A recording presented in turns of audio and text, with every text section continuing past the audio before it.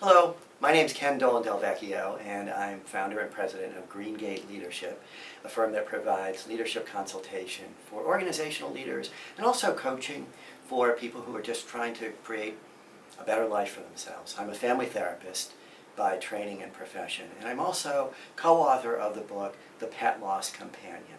In this video series, we're going to be talking about what it's like when we lose one of our beloved animal companions. So we'll be talking about some of the main points that often challenge people when this happens in their lives.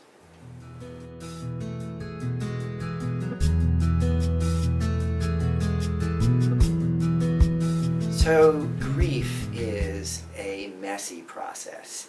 It's also a normal process. So whenever we have a significant loss, whether it's the loss of our beloved pet, or a beloved human being, or an important relationship, or our job, we are likely to go through grieving.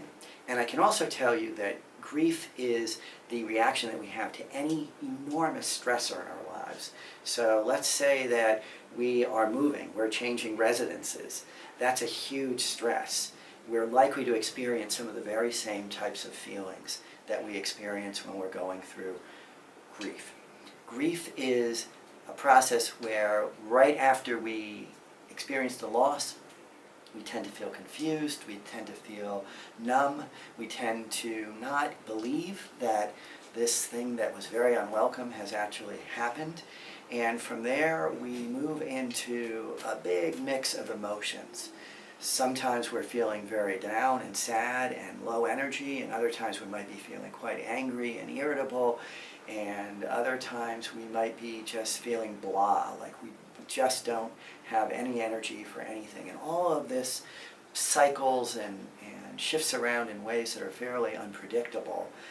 And it's important to note that the things that we want to do to take care of ourselves are the basics. They're things like making sure we get enough sleep, or at least that we get some rest if we're having difficulty sleeping, because grief can certainly mess up our ability to sleep soundly.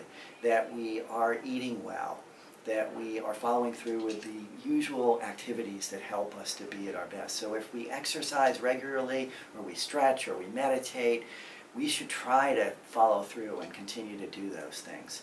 Again, grief messes with so much that's normal in the ways we experience ourselves in the world. So, for example, we may start having some physical problems.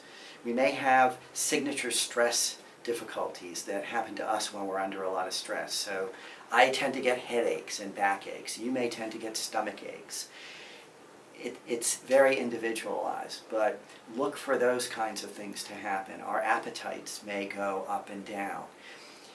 All of this is normal, and to the extent that we can keep reassuring ourselves and not say things to ourselves like, I should be stronger than this, I didn't think this would happen to me, we don't want to add that kind of negative judgment to what's already a challenging time.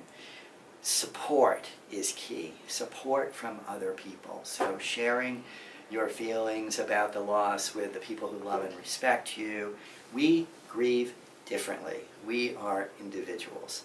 So sometimes there will be a couple who loses their pet, their beloved animal companion, and one member of the couple is distraught, is terribly, terribly torn up about this, and is for quite a long time.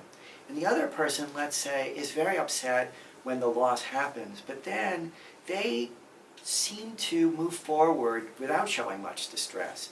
It's important to keep in mind that there's no right and wrong way to do this. That it isn't the case that the person who shows little distress after a little bit of time didn't love their pet as much as the person who showed a lot of emotion. We are just different. So the thing to keep in mind is that there are no rights and wrongs, and what we just want to do is be gentle with ourselves and respectful to one another. The grief process takes as long as it takes.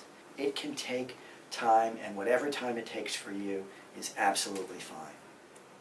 Thanks so much for spending this few minutes with me. It's great to have the opportunity to share some thoughts, and in fact, I invite you to share your reactions, your suggestions for additional topics that we should address in forthcoming videos. I want to thank my friends at Dakin Humane Society for providing this opportunity to share with you.